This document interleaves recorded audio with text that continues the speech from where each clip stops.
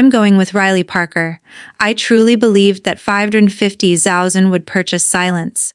Instead, I came home to a dented silver Odyssey parked sideways across my garage doors, like it was trying to hold the house hostage. When I stepped inside, a man I had spent 10 years pretending to like looked me dead in the eye and said, "You're letting all the cold air out of our house." By the time my sister realized I had quietly turned her temporary favor into a documented felony with a side of public crucifixion, every single thing she'd ever said to me was already saved in triplicate, time-stamped, and waiting for the moment I felt like pressing send. My name is Riley Parker. I'm 35 years old. And for the last 11 years I have sold my soul 8 hours at a time to a cyber security contractor called Fortress Shield in Northern Virginia. My actual job title is Senior Threat Hunter, which is a polite way of saying I get paid enormous money to wake up at 3 a.m. and think like the worst person I can imagine so that billion-dollar companies don't lose everything to someone exactly like me, only meaner. The paycheck is obscene. The lifestyle is lethal. I have eaten more airport sandwiches than home-cooked meals in the last decade. I have missed every single one of my best friends' birthdays since 2017 because I was always on site or in the war room, or just one more patch away from saving Christmas for a Fortune 50 retailer. I have dated exactly 3 men in 11 years, and all 3 relationships ended the same way, them looking at me across a candlelit table and saying, "Riley, I feel like I'm dating your laptop." Every overtime check, every bonus, every stock refresh I shoved into a brokerage account nobody knew existed. I called it the exit fund. And 6 weeks ago I cashed it out to buy a concrete fortress on the sugar white sand of Serenity Cove, Florida, not a cute cottage. A fortress. Hurricane-rated windows, 8-foot privacy walls, a gate with a keypad access, the whole paranoid package. It was supposed to be the place where no one could ever need me again. I drove straight through from Virginia, 21 hours fueled by gas, station coffee, and the kind of manic hope that only comes when you are finally running towards something instead of away. I rolled in just after 4 in the afternoon, sun high and brutal, salt air so thick I could chew it.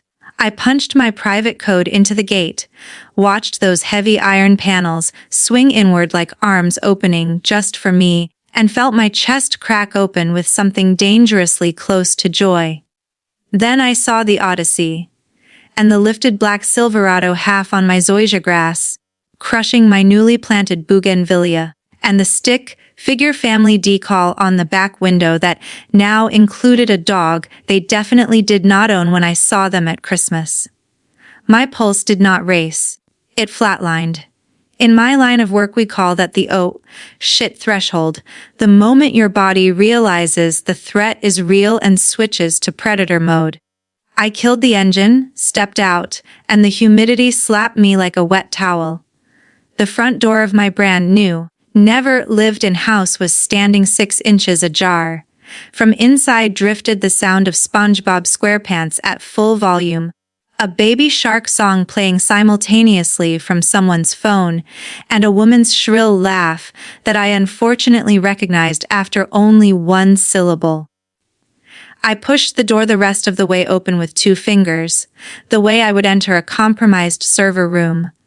The smell hit first: sour milk, pepperoni grace, wet dog, and something faintly urinary. My pristine pale oak floors were already scarred with heel scuffs and glittery streaks of what looked like melted popsicle. A half-deflated pool float shaped like a flamingo lay abandoned in the foyer like a crime scene outline.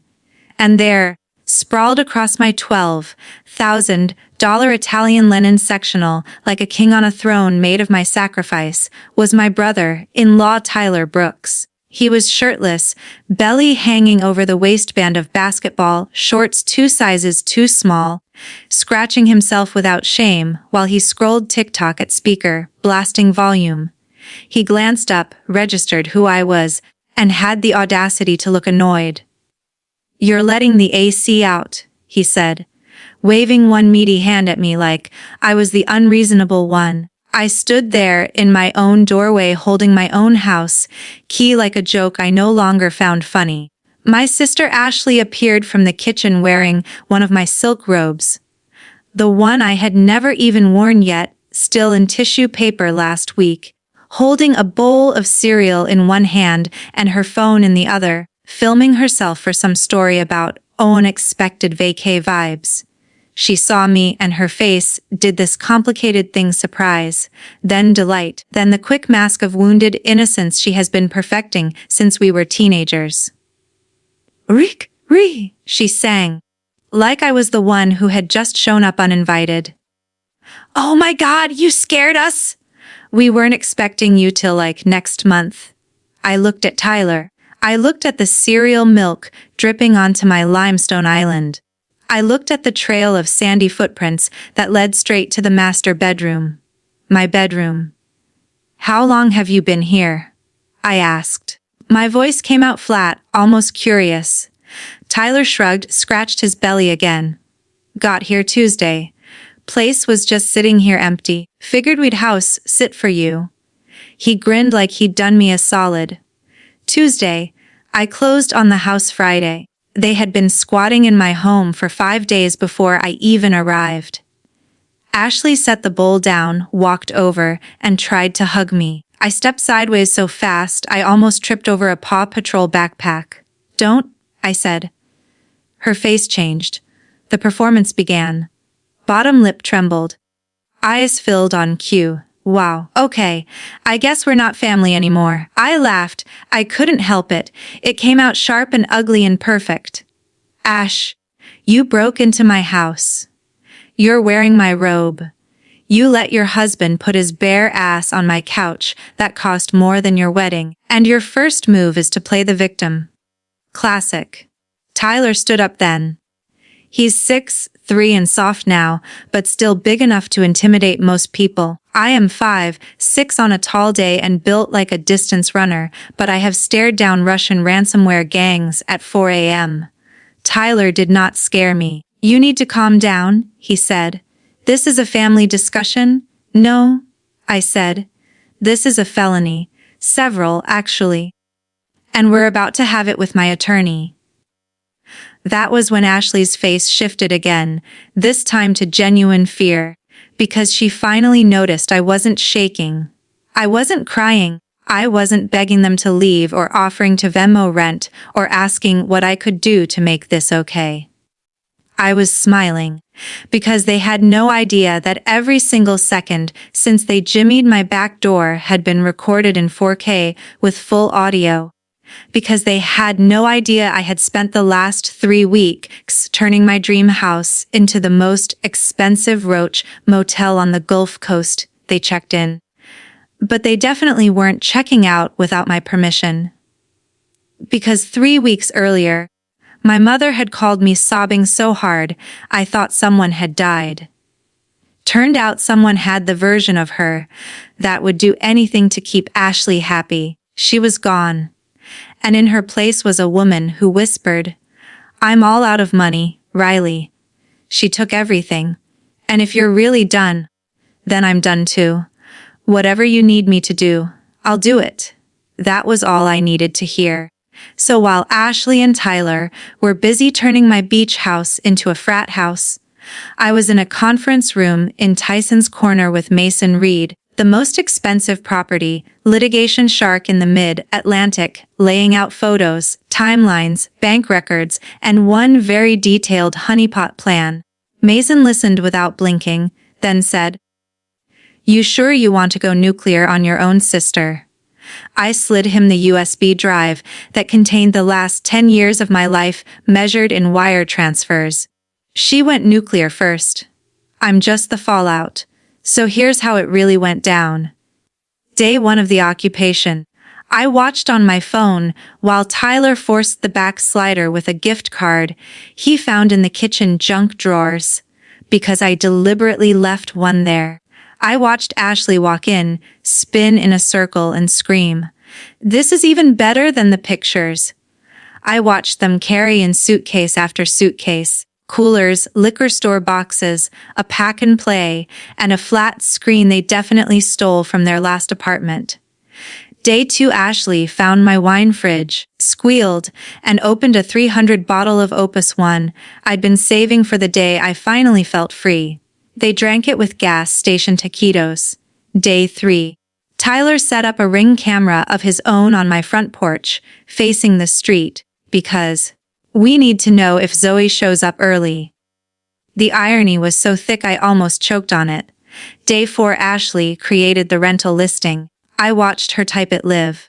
Luxury oceanfront paradise, sleeps 10 family, run with heart.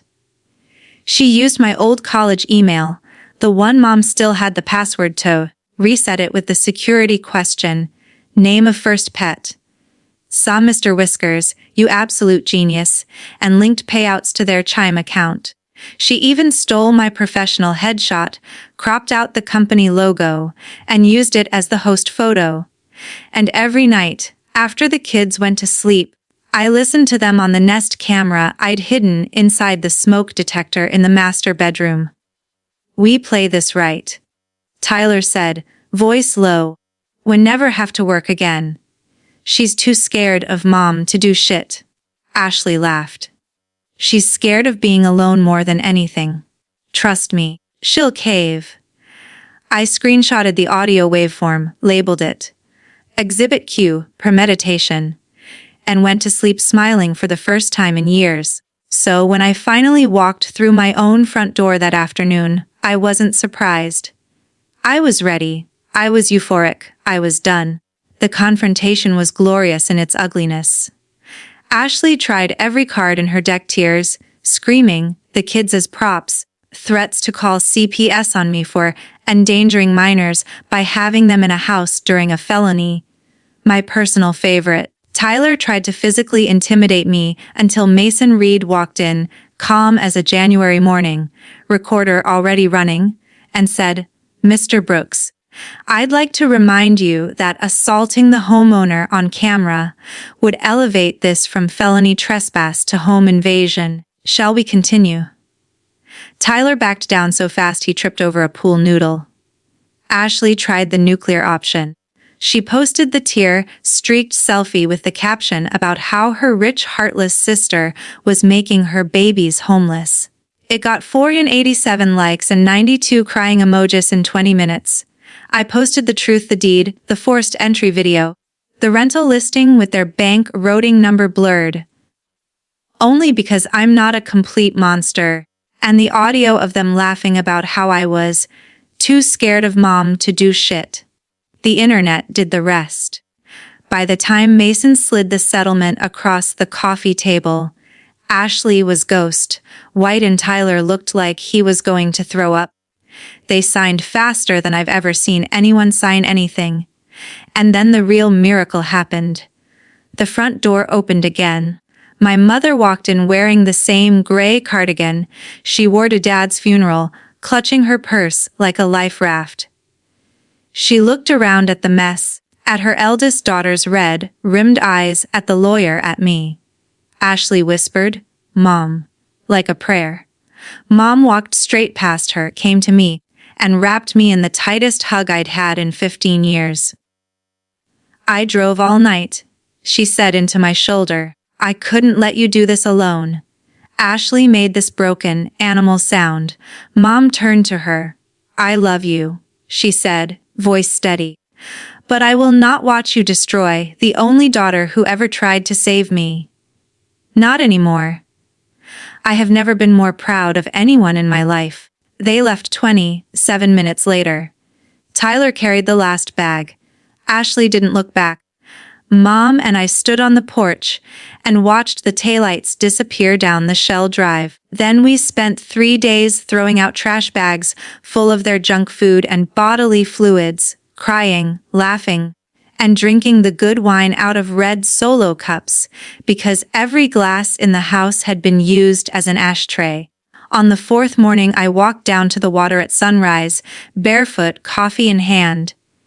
The gulf was flat and pink and endless. I pulled out my phone, opened the family group chat I hadn't looked at in months, and typed one message. New house rule: my door is locked. My life is locked. My love is not. Then I blocked every single one of them. Mom moved into the guest suite last month. She gardens. She reads on the balcony. She smiles more in a week than she did in the last 10 years. Some nights we sit on the porch swing and don't say anything at all. It's perfect. And every time the gate camera pings now, it's just the Amazon guy or a dolphin in the canal. I finally got my peace and quiet, and it only cost me my entire family. Worth it.